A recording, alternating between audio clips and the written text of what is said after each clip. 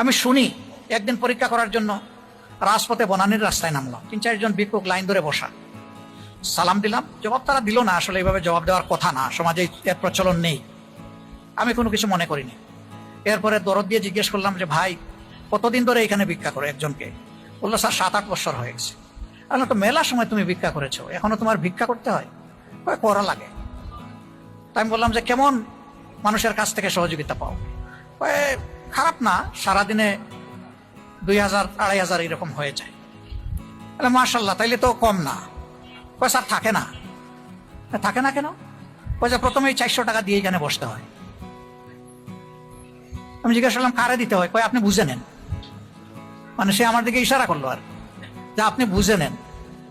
আমি বললাম এটা কি প্রতিদিন? স্যার শুরু করার আগে দিতে হয়, নইলে এখানে বসতে দেয় না। এখন বলে তো বড় ভিক্ষুক কে? ওই রাস্তায় যে বসে আছে নাকি ডাকাতি করে যে চাঁদা নেয় এসে?